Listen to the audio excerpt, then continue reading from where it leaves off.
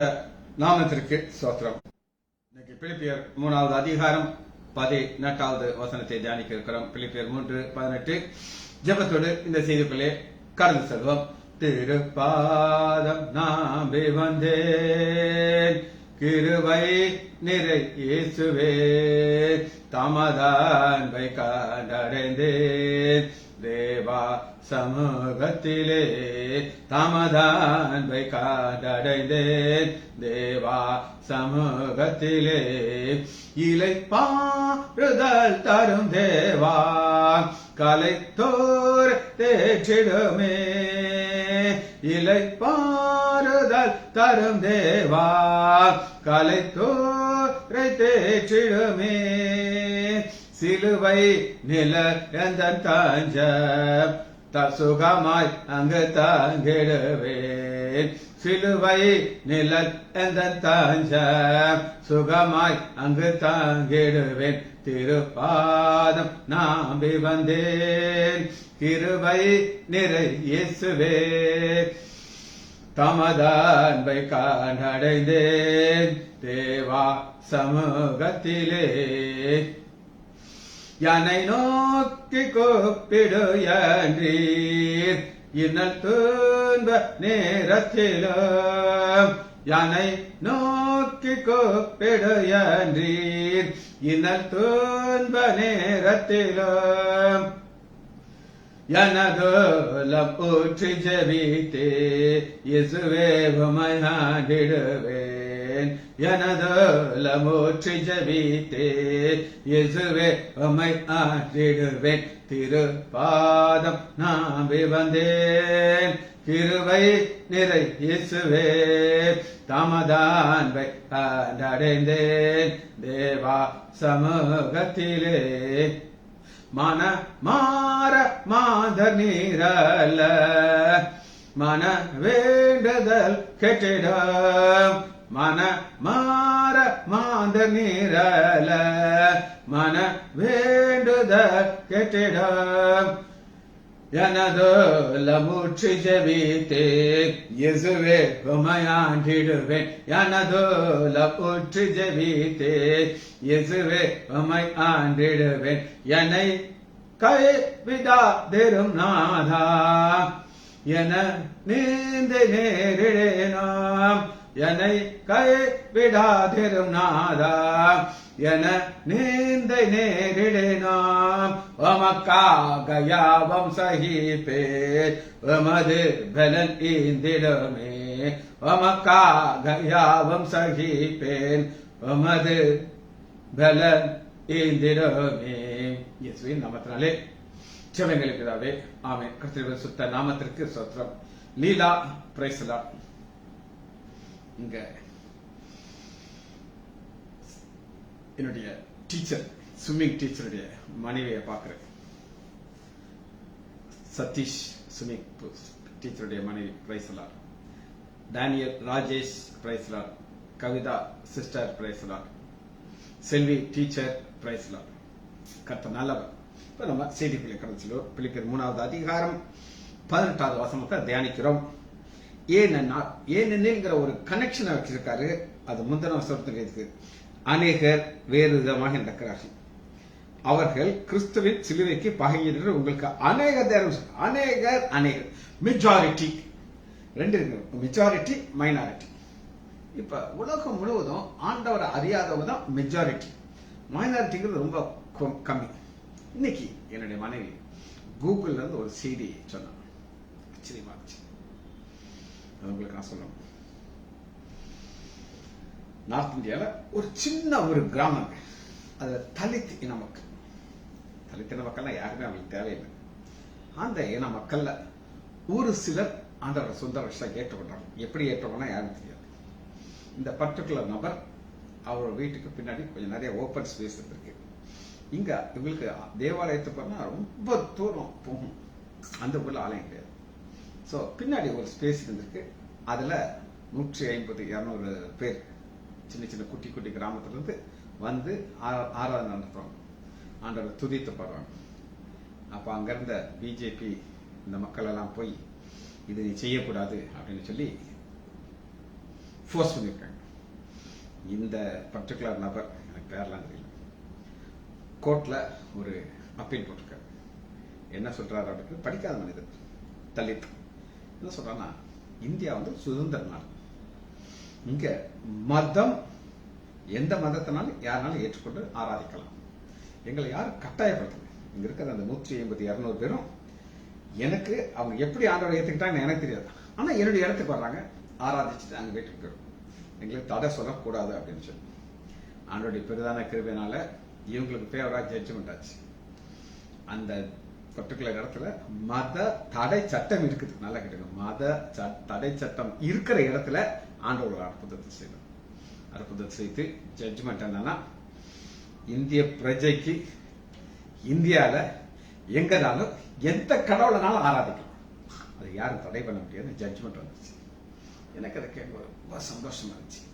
பாருங்க அந்த வசனம், அநேகர் சிலர், அநேகர் பிலிப்பியர் 3வது அதிகாரம் 12. ஏனென்றால் அநேகர் வேறு விதமாய் நடக்கிறார்கள், அவர்கள் கிறிஸ்துவின் சிலைக்கு பாய்ந்து என்று இப்பொழுது கண்ணடிச்சு. அந்த அநேகர்ல இருந்து ஆண்டவர் ஒரு சில குட்டி பீப்பிள் இவங்களை ஆண்டவர் தெரிந்து, இவர்களை யாருமே பிடிக்காது, அதனால ஆண்டவருக்கு ரொம்ப பிடிக்கும். அதனாலதான் இதமா பார்க்கணும். இப்ப பவுல் ஒரு காரியத்தை சொல்லிட்டு இருக்கிறார். அவர் ஆரம்பிக்கும் போது எப்படி ஆரம்பிக்கிறார் அப்படின்னு கேட்டீங்கன்னா, 14வது வசனத்திலிருந்து ஆரம்பிக்கிறார். கிறிஸ்து இயேசுக்குள், அந்த சின்ன கூட்டம் யாரா கிறிஸ்து இயேசுக்குள்ள இருக்காங்க. தேவன் அழைத்த பரம அழைப்பின் பந்தய பொருளுக்காக தேவன் அழைக்கிறார்.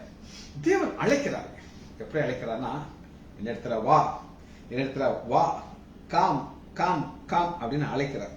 அந்த அழைப்பு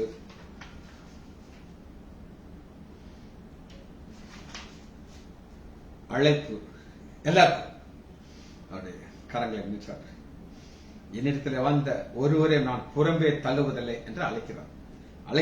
எதற்காக அழைக்கிறார்னா, பரம அழைப்பின் பந்தய பொருளுக்காக. பந்தய பொருள் அப்படின்னா என்ன அப்படின்னு கேட்டீங்கன்னா, அதை நம்ம தியானிக்கிறோம். பந்தய பொருள் சரி, ஆண்டவராகி இயேசு கிறிஸ்து எப்படி அழைக்கிறார், எதற்காக அழைக்கிறார், ஃபர்ஸ்ட் நோக்கம் என்ன அப்படின்னு நம்ம பார்க்க வரோம். ரோமர் 8வது அதிகாரம் 29வது வசனம். ரோமர் 8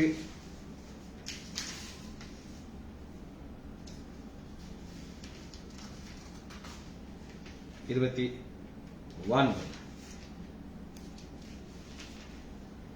வாசிப்போமா?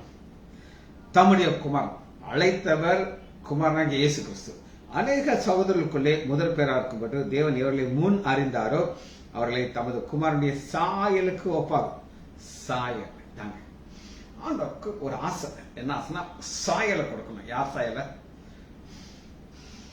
நம்ம பிள்ளைகளுக்கு நம்ம சாயல் இருந்தா ரொம்ப சந்தோஷமா இருக்கும். என்னுடைய முதல் பேரன் ஸ்டீவ் சுஜித் ராஜ், அவனுக்கும் என்னுடைய மாமனார் யாருக்கு, அஜிதாவுடைய அப்பா, பயங்கர ரிசம்பரன்ஸ். இப்படி ரிசம்பரன்ஸ் நான் பார்த்தது இல்லை யாருக்கும். அவன் காலையில் இருந்துச்சு அந்த பேப்பரை எடுத்து உட்காந்துருவாங்க. நான் பேப்பரை தொட்டு கூட பார்க்க மாட்டேன். எனக்கு நியூஸ் என் மனைவி தான் கொடுப்பா. பேப்பர் வாசிக்க எனக்கு முடியாது. ஆனா பேப்பரை ஃபுல்லா வாசிப்பேன். அது எங்க மாமனாருடைய ஹேபிட். என்னுடைய மாமனார் பி தங்கையும் காலையில பேப்பர் இல்லைன்னா அது டென்ஷன் ஆயிடுவார். ஒரு நாள் இவங்க வீட்டுக்கு பேப்பர் வரல, ஸ்டீவ் வீட்டுக்கு. அம்மாட்ட போய் கேட்கலாம், ஏம்மா நீங்க காசு ரொம்ப செலவாகுதுங்கிறதுக்காண்டி பேப்பர் வேண்டாம்னு சொல்லிட்டீங்களாம்மா? இவங்க கோடீஸ்வரன், இவனுக்கு கவலையை பாருங்க. அம்மாவுக்கு செலவுக்காக எதை கட் பண்ணிட்டா, பேப்பரை கட் பண்ணிட்டான். அதே மாதிரி சிரிக்க மாட்டான், சீரியஸா தான் இருப்பான். ரொம்ப அப்சர்வ் பண்ணிட்டு இருக்கோம். நானும் என் மாப்பிள்ளையும் பேசிட்டு இருக்கோம். அவன் பக்கத்துல உட்காந்து கேட்டுட்டு இருக்கோம். வாயிலே திறக்கப்பட்டோம். க்ளோஸ் அப்சர்வ் பண்ணுவோம். அன்னைக்கு டீனா சொல்றா, போடா இங்க நடா வேலைன்ட்டு. நான் சொன்னேன், நோ நோ நோ. அவன் பாக்குறான், தாத்தா அப்பா, நான் தாத்தா, மனிதாஜ் அவங்க அப்பா, 2 பேரும் எப்படி டிஸ்கஸ் பண்றாங்க, எதை குறித்து பேசுறாங்க, கவனமா கேட்கறாங்க. எல்லாம் அது மாத்திரம் கிடையாது, இன்னொரு பெக்யூலியரான ஒரு ஹேபிட் எங்களுக்கு ஆச்சரியமாச்சு. சட்டின் இல்லை, இந்த செக்கப்பு மிளகா தாளிச்சு போடுவோம், பார்த்துருக்கீங்க. எங்க மாமனார் என்ன செய்வார்னா, அதை எடுப்பாரு, அப்படி டக் டிக் டிக் அவர் குத்து குத்துறாரு. அவ்வளோ இருக்கிற ஜூஸ் வெளியே இருக்கு, அவரை அப்படி கொடுக்குறாரு. கிட்ட செய்யறான். ஏன் அவரை பார்த்து சின்ன பையனை பார்த்துருக்கேன், ஆனா அவர் எப்படி சட்னி சாப்பிட்றாரு எனக்கு தெரியாது. ஆனா அதே இது வருது, இது என் மனைக்கு ஒரே சந்தோஷம். என் பேர எங்க அப்பா மாதிரி இருக்கான்னு சொல்லி இருக்கட்டும், சந்தோஷம். பீத்தங்கை மாதிரி இருந்து உங்களுக்கு வேஸ்ட். ஆனா யார மாதிரி ஆகணும் அப்படின்னு கேட்டீங்கன்னா, தமது குமாரனுடைய சாயலுக்கு ஒப்பாவதற்கு. இதுதான் நோக்கம். இந்த குமாரன் என்ன செய்யறான்? அழைக்கிறார். குமாரன் எப்படி அழைக்கிறாருங்கிறத மத்தேயுல மட்டும் நம்ம பார்க்கிறோம். மத்தேயுல எப்படி குமாரன் யார எப்படி அழைத்தார் அதான் நான் பார்க்கணும். முதல் வசனத்திலும் 4வது அதிகாரம் 19வது வசனம். மத்தேயு 4:19. ஃபர்ஸ்ட் 17வது வசனத்தை வாசிக்கிறேன். அது முதல் இயேசு மனம் திரும்புங்கள் பரலோக ராஜ்யம் சமீபத்தில் பிரசங்கித்து, மனம் திரும்புங்கள் பரலோக ராஜ்யம் இதாங்க நம்ம போய் சேர வேண்டியது. அதற்கு என்ன செய்யறாரு அப்படின்னு கேட்டீங்கன்னா, 10வது என் பின்னே வாருங்கள் உங்களை மனுஷர்களை பிடிக்கிறலாக்குவேன் என்றார். என் பின்னே வாருங்கள் அழைப்பு. எல்லாரும் கூப்பிடுவாங்களா? ஒரு தடவை என்னுடைய ஹாஸ்பிட்டல்ல எங்க அப்பா இருக்காரு. விருதுநகர்ல ஒரு டாக்டர், ரொம்ப யங் யூத், ஹை ப்ரெஷர்ல அவரை உங்க ஆஸ்பத்திரியில் ட்ரெயினிங்க்கு நாங்கள் அனுப்ப போறோம் அப்படின்னு சொன்னாங்க. எங்க அப்பாவால நோ சொல்ல முடியல. எங்க அப்பா ஒரே கவலை. ஏன்னா இந்த டாக்டர் என்னுடைய தொழில் ரகசியங்கள்லாம் கற்றுக்கொண்டு நாளைக்கு என் பையன்களுக்கு சாப்பாட்டு வழியெல்லாம் ஆக்கிட்டா நாங்க என்ன செய்யறது? எங்க அப்பாவுக்கு அந்த கவலை. என் பின்னே வா, உங்கள்கிட்ட நான் உங்க ஆஸ்பத்திரியில் வேலை செய்யணும் கூட்டனுக்கு. அதனால அவர் என்ன பண்ணாரு, எங்க ரொம்ப பிள்ளை இதுக்கே ஒரு பழைய மைக்ரோஸ்கோப் வச்சிருந்தாரு. அந்த மைக்ரோஸ்கோப்பை கொடுத்து இங்க வச்சு இதுல நான் சொல்ற பிளட் டெஸ்ட் நான் பாருன்னு உட்கார வச்சிட்டாரு. 10 நாள் பார்த்தாரு, ஓடியே போயிட்டாரு. எங்க அப்பா ஒரே சந்தோஷம் ஆச்சு. அப்ப என் பின்னே வா அப்படிங்கிற ஒரு அழைப்பு ஆண்டவர் கொடுக்கிற. எதற்கான? தொழில் கற்றுக்கிறது கிடையாது, உங்களை மனுஷரை பிடிக்கிறவர்களாகும். இந்த மனுஷர்கள் யார்? அநேகர். அந்த அநேகர் நரகத்தை நோக்கி போயிட்டு இருக்காங்க. நரகத்தை நோக்கி போயிட்டு இருக்க அவங்களை அழைத்து மனம் திரும்ப வைத்து பரலோக ராஜ்யத்தை கொண்டு போகணும். அந்த வேலையை உங்களுக்கு நான் தரப்போகிறேன் அப்படிங்கிறார். இது முதல் அழைப்பு. 2வது அழைப்பை பார்ப்போம். எல்லாம் மத்தேயுல தான் பார்க்க போறோம். மத்தேயு 8வது அதிகாரம் 22வது வசனம். மத்தேயு 8:22. அதற்கு இயேசு, மரித்தோர் தங்கள் மருத்துவரை அடக்கம் பண்ணட்டும், நீ என்னை பின்பற்றி வா. பின்பற்று. இது என்ன நடக்குது அப்படின்னு கேட்டீங்கன்னா, 19. அப்பொழுது வேத பாரகன் ஒருவன் வந்து, போதகரே நீர் எங்கே போனவர்? 21. அவருடைய சீசுகளில் வேறு ஒருவன் அவரை நோக்கி, ஆண்டவரே, முன்பு நான் போய் என் தகப்பனை அடக்கம் பண்ண எனக்கு உத்தரவு. தகப்பனை அடக்கம் பண்ணனா அப்பா செத்து போகல, வீட்டில் இருக்காரு, மறிக்கிறது. அநேக நேரம் மறிக்கிறதுக்கு மக்கள் வந்து ஒரு ஸ்டேஜ் இருக்கும். ஒரு சம்பவத்தை உங்களுக்கு சொல்றேன். பிரதர் சாம் ஜெபத்ரே, அகஸ்டின் ஜெபக்குமார் இந்த செய்தியை சொன்னார். அகஸ்டின் ஜெபக்குமார் ஒரு ஊருக்கு போயிருக்காங்க. அந்த ஊர்ல ஒரு குடும்பத்தார் இவரை சாப்பிட கூப்பிட்டுருக்காங்க. எங்க வீட்டுல தான். அவரும் சரியான ப்ராமிஸ் பண்ணிட்டாரு. போயிருக்காரு. போற போதே, ஐயா உங்களை நான் கூப்பிட்டதுக்கு ஒரு நோக்கம் இருக்கு, சும்மா அவங்களுக்கு சாப்பாடு போல கூப்பிடல. எங்களுடைய தகப்பனார் 95 வயசு ஆயிடுச்சு. அவரால் நிக்க முடியாது, நடக்க முடியாது, இருக்கிற இடத்துல மோஷன் போயிடுவாரு, பயங்கரமா சண்டை போடுவாரு. அவரை வச்சிருக்க முடியல. நீங்க தயவு செய்து ஜெபம் பண்ணி அவரை கதையை முடிச்சிடணும் அப்படின்ட்டு. நம்மளை கூப்பிட்டது ஆளை கொல்றதுக்காக கூப்பிட்டுருக்காங்க. போயிட்டார். ப்ரோக்ராம் மாற்ற முடியாதுல. உங்களோட அவரு ஒரே சந்தோஷமாயிடுச்சு. படுத்தே கடந்தது எடுத்து உட்காண்டாரு. பெரிய வணக்கம் வைக்கிறாரு. அகஸ்டின் ஜெபக்குமாரை பார்த்து சொல்றாரு, ஐயா எனக்கு 95 வயசு ஆயிடுச்சு, இன்னொரு 5 வருஷம் எனக்கு உயிரோட வாழணும், 100 வயசுல தான் எனக்கு மறிக்கணும், நீங்க அதுக்காக ஜெபம் பண்ணுங்க. இவருக்கு தலை சுத்திடுச்சு. ஏன்னா என்னத்தையா பண்றது? கூட்டு வந்தவங்களுடைய நோக்கம் வேற, இவருடைய நோக்கம். இவர் பார்த்த பெஸ்ட் மெத்தட் அந்நிய பாஷையில ஓ கண்ண ரகல நபர வரவா அகன வகலப நபர வரவா வண்ண ரகலப நபரவா ஜெவமணி வணக்கம் ஏசுவை நாமத்தால போயிட்டார். சாப்பிட்டு போயிட்டார். கரெக்டா ஒரு வாரத்துல செய்தி வந்து அவர் இறந்துட்டான்னு. அவ ஒரு நோக்கத்தை வச்சுதான் சிலர் பண்றாங்க. அதுபோல இங்க நம்ம பாக்குற நோக்கம் என்னன்னா, இந்த 22 வருஷத்துல அவர் என் தகப்பன் அடக்கம் பண்ண இந்த ஸ்டேஜ்ல இருக்காரு. இழுபறி கேஸ்ல இருக்கு. இவருக்கு என்ன ஆசைன்னா, மறிக்கும் போது எனக்கு ஒரு சொத்து எங்க அப்பா கொடுப்பாரு. அது எப்ப சொல்லுவாருன்னா, அந்த மரண படுக்கையில சொல்லுவாரு. அதுக்கு முன்னாடி சொன்ன அந்த பிள்ளை நம்மளை தூக்கி ரோட்ல போய் போட்டு வாங்கிட்டேன். அதுக்காக அப்ப ஆண்டவர் சொல்றாரு, மரித்தோர் தங்கள் மரித்தோரை அடக்கம். அந்த மரித்தோர் யார் அப்படிங்கிறது அநேகர். அநேகர் ஆண்டவர் அறியாதவர்கள். உலகம்தான் அவங்களுக்கு பெருசார். எனக்கு என்ன கிடைக்கும், நான் எப்படி ஆதாயம் பண்றேன், எப்படி எனக்கு கிடைக்கும், எப்படி கிடைக்கும். நிறைய பேருக்கு சொத்து மேல இருக்கிற தாகம் அளவே இருக்காது. ஒரு பாஸ்டர் அப்படின்னு நியூஸ்ல செய்தியை சொல்றாரு. நார்வேல ஒரு பெரிய பாஸ்டர், ரொம்ப பாப்புலரான பாஸ்டர். அவர்கிட்ட ஒரு 78 வயசு, 78 அவர் வந்து வணக்கம் வைக்கிறாங்க. பாஸ்டர், எங்க வீட்டுக்கு பின்னாடி ஒரு இடம் விலைக்கு வந்துச்சு. நான் பேசிட்டு இருக்கும்போது வேற ஒருத்தர் வாங்கிட்டு போயிட்டான். ரொம்ப வருத்தம் எனக்கு. அந்த வீடு என் வீடு பெரிய வீடு இல்லை, நான் சொல்லுவேன் அது எனக்கு அது வேணும். இப்ப அது போயிடுச்சு. ஃபேக்டரிக்கு பின்னாடி ஒரு பெரிய இடம் விலைக்கு வந்து எல்லாரும் சொன்னாங்க, நீங்க பாஸ்டர் ஜோம் பண்ணலைன்னா அது உங்களுக்கு கிடைக்காதுன்னு சொல்லி. உங்களுக்கு பிள்ளைகள் இருக்காங்களா? பிள்ளைகள் இருந்தாங்க, இறந்துட்டாங்க. மனைவி இறந்து இப்ப யார் இருக்கா? தனியா இருக்கு. தனியா இருக்கிற 78 வயசு மனிதனுக்கு எதுக்காக அவங்க ஒரு ஆசை, எனக்கு அது வேணும். அது போலதான் இன்னும் அநேகர், நீ என்னை பின்பற்றி வா. அடுத்த தலைப்பு செகண்ட். மூணாவது பார்க்க போறோம் 9:9 மத்தேயு. இயேசு அவரிடத்தை விட்டு புறப்பட்ட பயிலே ஆயத்துறையிலே உட்கார்ந்திருந்த மத்தேயு என்னும் ஒரு மனுஷனை கண்டு. மத்தேயு ஒரு மனுஷனை கண்டு. இடத்துல மத்தேயு தான் வந்தார். அவர் மனுஷனா இல்லையா? மனுஷன் தான். ஆனா ஒரு மனுஷனை கண்டு அப்படின்னா என்ன அர்த்தம் அப்படின்னு கேட்டீங்கன்னா, இவனை யாருமே மனுஷனா பார்க்க மாட்டாங்க. ஏன் அப்படின்னு கேட்டீங்கன்னா, எடுத்துக்கலாம் லூக்கா 19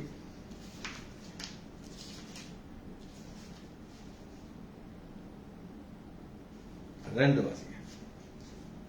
லூக்கா 19:2. ஆயக்காரருக்கு தலைவன் ஆயுசுரம் வந்த சகி. இவன் கொள்ளக்காரன், அவனை ஒத்துக்கிறான். இந்த தலைவர் ஆண்டுடைய பார்வையில எப்படி பார்க்கிறார் அப்படின்னு கேட்டீங்கன்னா, மத்தேயு 21வது அதிகாரம், மத்தேயு 21வது அதிகாரம் 21:31. அப்பொழுது இயேசு அவர்களுக்கு, ஆயக்காரரும் வேசிகளும் உங்களுக்கு தேடுறாரு. யூதர்ல பார்த்தாரு, இந்த ஆயக்காரங்களாம் மனம் தேடிப்பாங்க. ஏன்னா அவங்களுக்கு தாங்க ஒரு பாவின்னு நல்லா தெரியும். அப்ப இங்க நம்ம பார்க்கிற யார் அப்படின்னு கேட்டீங்கன்னா, மத்தேயு எனும் ஆயக்காரன். இவர் டாக்ஸ் கலெக்டர். இந்த டாக்ஸ் கலெக்டர்னால அவங்களுக்கு பிடிக்காது. ஏன் பிடிக்காதுன்னா, வந்தானா கிறுக்காக்கிட்டு போயிருங்க. ஜிஎஸ்டி இது இன்னொரு ஆயக்காரர். அவங்களுக்கே ரூல்ஸ் அண்ட் ரெகுலேஷன் தெரிய மாட்டேங்குது, எதுன்னே தெரிய மாட்டேங்குது. எங்க ஹாஸ்பிட்டல்ல வந்து எங்க கிட்டலாம் நோண்ட முடியாம நோண்டிட்டாங்க. கேன்டீனுக்கு போனாங்க, பார்த்துட்டு பூரி 5 ரூபாய். என்னையா 5 ரூபாய்க்கு நாங்க என்ன டாக்ஸ் போடுறது? சாப்பாடு 30 ரூபாய், இதுல டாக்ஸ் போடுறது? இது வேண்டாம், நீ வச்சுக்கோ அப்படின்னு போயிட்டாங்க. அவங்கள்ட்ட டிசிஷன் கொடுத்துட்டாங்க, நீ யாருனாலும் நினைச்சலாம் போலாம். எங்களுக்கு அவங்கள பார்த்தா சந்தோஷமா இருக்கும், அர்த்தமா இருக்குமா, கெட்டக்கோ வரும். அதே மாதிரிதான். ஆனா இவர் சொல்றாரு, ஆண்டவர் என்னை ஒரு மனுஷனா பார்த்து என்னைய ஒரு ஊழியக்காரனாக தெரிவித்தார். ஒரு ஸ்காலர் எழுதும் பொழுது இவர் என்ன செய்யறார், கூப்பிட்ட உடனே எனக்கு பின் சென்று வான உடனே அவர் பேனா எடுத்துக்கிட்டார். ஏன் பேனா எடுத்துக்கிட்டாருன்னா, இந்த மத்திய புத்தகத்தை அவர் எழுதணும்னு சொல்லி அவனுடைய பிளான். சரி, அடுத்து இவர்களை போய் பார்க்கும்போது மத்தேயு 16வது அதிகாரம் 24வது வசனம், 16, 24. இப்ப நான் சொல்றேன் உங்களுக்கு என்னன்னா, என்னை பின்பற்றி வா. ஆண்டவரை பின்பற்றி வரும்போது அவருடைய சாயல் நமக்கு கிடைக்கும். ரோமர் 8வது அதிகாரம் 29 வசனத்தில் நம்ம தியானிச்சுட்டு இருக்கிறோம். அவர் சாயல கிடைக்கிறதுக்கு அவர் பின்னாடி நம்ம போகணும். அழைப்பு நம்ம பார்க்கிறோம். மத்திய 16வது அதிகாரம் 24. அடுத்த ஸ்டெப், நெக்ஸ்ட் ஸ்டெப் பார்ப்போம். அப்பொழுது இயேசு தம்முடைய சீடர்களை நோக்கி, ஒருவன் என் பின்னே வர விரும்பினான், கண்டிஷன் பண்றான். வா வா வாங்கிறாரு. என் பின்னே வர வேண்டும் என்றால், அரைக்கராஜ் பூரி சாப்பிட்டுருக்காரு பழக்கு, அதனால அப்படி போட்டிருக்காரு. ஏன்னா பூரி பெருசா என்னுடைய பிளான். இப்ப நான் ரிட்டையர்ட் ஆயிடுச்சு, அங்க போறது கிடையாது. சரி, அவன் தன்னை தான் வெறுத்து தான் சிலுவை எடுத்துக்கொண்டு எனக்கு பின்பற்றது ஈஸி கிடையாது. சிலுவை ஆண்டவர் ஒருத்தர் ஒரு சிலுவை எடுத்துக்கிறார். அந்த சிலுவை என்னன்றது நமக்கு தந்தது. அந்த சிலுவை குறித்து ஒரு சின்ன கதை உங்களுக்கு நான் சொல்றேன். ஒரு அம்மா, நல்லா கொஞ்சம் வயதான அம்மா, ஆண்டவர்கிட்ட டெய்லி ஜெபம் பண்ணுமா, ஆண்டவரே என் சிலுவையை மாற்றி கொடுங்கப்பா, என் சிலுவையை மாற்றி கொடுங்க, நாளா தூக்க முடியல ஆண்டவரே அப்படின்னு சொல்லிச்சான். ஒரு நாள் ஒரு தேவதூதன் பரலோகத்துல இருந்து இறங்கி வர்றவர். இறங்கி வந்து, அம்மா உங்களுடைய ஜெபத்தை ஆண்டவர் கேட்டார், உங்களுடைய சிலுவையை மாற்றதுக்காக கொண்டிருக்கேன். அந்த அம்மாவுக்கு ஒரே சந்தோஷம். ஓ, என் சிலுவையை மாற்ற போறீங்களா? ஒரே சந்தோஷம். நிறைய சிலுவையை காட்டுறேன். ஒரு பெரிய ஹால், நிறைய சிலுவைகள் இருக்குது. ஒரு சிலுவை ரோஸ் பார்த்தா அப்படி கலரு வாசம் சூப்பரா இருக்குது. எனக்கு இந்த சிலுவை தூக்குறாங்க. தூக்கி தோல்ல வச்சா முள்ளு கொத்துது. எப்ப என்னப்பா இந்த முள்? ஆமா, ரோஜானா முள் இருக்குமா? முள்ளு இல்லாத ரோஜா இருக்குமா? எனக்கு வேண்டாம், தூக்கி வச்சிருச்சேன். அப்புறம் பார்த்தா கோல்டன் சிலுவை வச்சேன். என்னையா அந்த கோல்டன் சிலுவை எனக்கு இப்ப காட்டுறிய, முதைய காட்டிருக்கூடாது. தூக்குனா தூக்க முடியலையா? இங்குதான் உங்களை வெயிட்டா இருக்கு. தோல்ல வச்சாச்சுன்னா தோல் எப்பா கோல்டு என்னால தூக்க முடியல. இப்படி ஒன்னா மாத்தி கடைசியா ஒரு சிலுவை வச்சான். அதை தூக்குனா சூப்பரா இருக்கா, எப்பா என்ன அருமையா இருக்குது இந்த சிலுவை தான். அவன் சிரிக்கிறான். ஏன் சிரிக்கிற? இதைத்தான் நீ இறக்கி வச்ச சிலுவை. என்னால முடியலன்னு சொன்ன மற்ற சிலுவைகள்லாம் பார்த்துக்கிட்டு இது லேசா தெரியுது. ஆண்டவர்களுக்கு ஒரு கனவும் கொடுத்தாரு. ஆரோக்கியம் உனக்கு இல்லையா? ஒரு கனவும் கொடுத்தாருன்னா நீங்க நினைப்பீங்க, என்னை வைக்கிறாரு, என்னை திட்டுறாரு, கோச்சிக்கிறாரு, எல்லாத்தையும் சொல்லுவீங்க.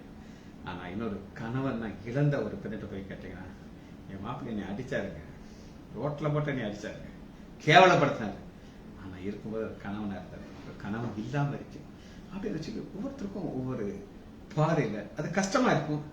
ஆனா அது நீங்க செய்ய வேண்டிய சிலுவை. சரி, இன்னொரு சிலுவை, இன்னொரு 19:21 அடுத்து பின்பற்றி வர்றதுக்கு அடுத்த கண்டிஷன். இது கொஞ்சம் முதல் சிலுவையே கொஞ்சம் டஃபா இருந்துச்சு, அதை விட டஃபா இருக்கும். அதற்கு இயேசு, நீ பூர்ண சற்குணரா இருக்க விரும்பினாங்க போ, உனக்கு உண்டானங்களை விற்று தரித்திரக்கு கொடு, அப்பொழுது பரலோகத்திலே உனக்கு பொக்கிஷம் உண்டாயிருக்கும், பின்பு என்னை பின்பற்றி வா. இது யார்கிட்ட சொல்றாங்கன்னா ஒரு ஐசியரை வார்த்தை சொல்றான். ஐசியருக்கு ரொம்ப கஷ்டம் தெரியுமா? சொத்தை கொடுக்கறது. ஒரு பெரிய கோடீஸ்வரன் போய் அந்த ஃபேக்டரிய உங்க அண்ணன்ட்ட கொடுங்க அப்படின்னு சொன்னா, அண்ணன் வந்து என் ஃபேக்டரிக்கு எங்க அண்ணன்ட்ட கொடுக்கணும், அது ஏன் கொடுக்க முடியாது, ரொம்ப கஷ்டம். ஆனா தரித்திரருக்கு கொடு. இந்த வசனத்தை நான் வாசிக்கும் போது நான் நினைப்பேன், இன்னைக்கு இருக்கிற ஊழியக்காரர், யாராவது ஒரு ஊழியக்காரர் யாரா இருக்கட்டும், ஐயா இந்த ஆண்டை சொந்த அப்படி சொல்றாங்க, எல்லாத்தையும் வித்து தரித்திரத்தை வித்து, இப்ப நீ என்ன ஐட்டம் பிச்சைக்காரன் ஒன்றை ஒண்ணு கிடையாது, நீ எங்கிட்ட அவனை சொல்லுவாங்க, துரத்தி விட்டுருவாங்க. பிச்சைக்காரன் எனக்கு கிடைச்சா ஒரு சொத்தோட வந்து அந்த சொத்தெல்லாம் எங்கிட்ட கொடுன்னு தான் ஊழியக்காரன் சொல்லுவாங்க. ஆனா ஆண்டோடைய அழைப்பு வேற. இதுதான் ஆண்டவர் பண்றது. இப்ப 2 பேதுரு ஆண்டவனுக்கு ஒரு மாடல் வச்சுட்டு போயிருக்காங்க, மாதிரி. 2 பேதுரு 2வது அதிகாரம் 21. 2 பேதுரு 2:21.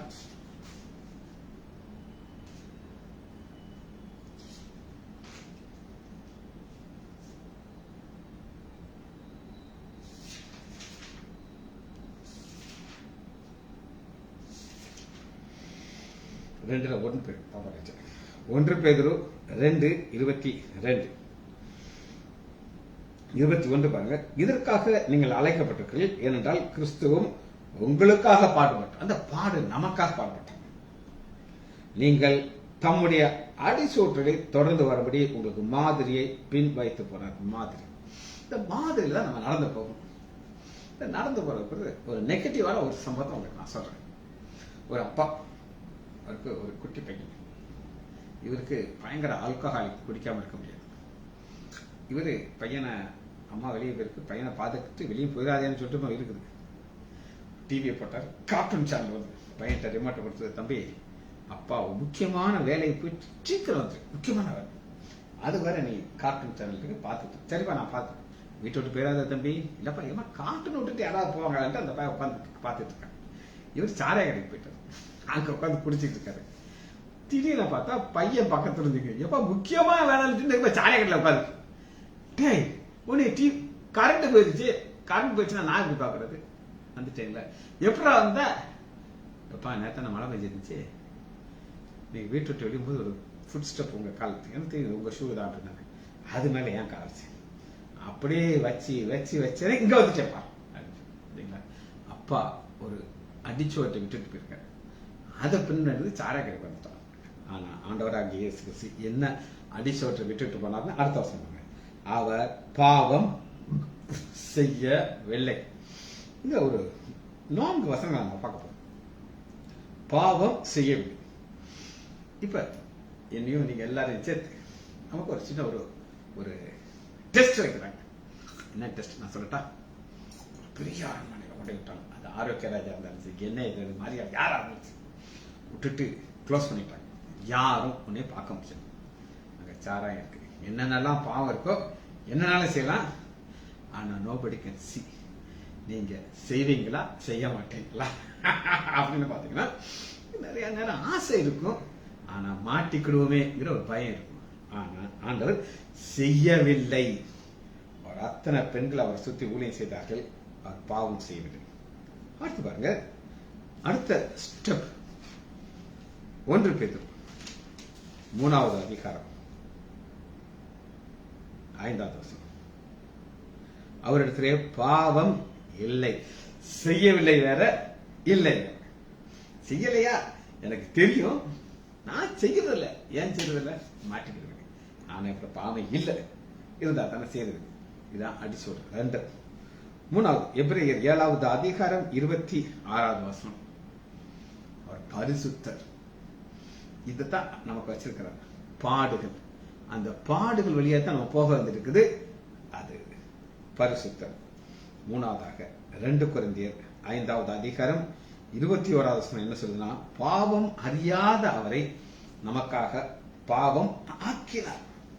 இயேசு யாருன்னா பாவம் 100% பாவம் செய்யல, பாவம் என்னன்னு அவருக்கு தெரியாது. அப்படி இருந்து அவரை நமக்காக பாவம் ஆக்கினார். இதற்காக நம்முடைய பாவம் எல்லாம் அவர் மேல போகும். இன்னொரு வசனத்தை வாசிக்கணும். யோவான் 8வது அதிகாரம் 46.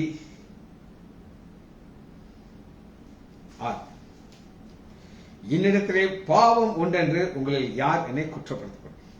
சேலஞ்ச் பண்ண நான் சொல்ல முடியும். நான் ஏன் பாவத்தை நீங்க பாருங்க கழுவிட்டாரு, பரிசுத்தமாக்கிட்டாரு. ஆனா அவரால் சொல்றது இன்னத்திலே பாவம் உண்டென்று நம்ம ஒரு காலத்துல பாவியை இருந்தும் பரிசுத்தமாக்க. ஆனா இந்த பாவம் யாரும் குற்றப்படுத்தவே முடியாது. அநேகர் வேறு விதமாக நடக்கிறார்கள். வேறு விதமாக நடக்கிறவர்கள் யார் அப்படின்னு கேட்டீங்கன்னா, மத்தேயு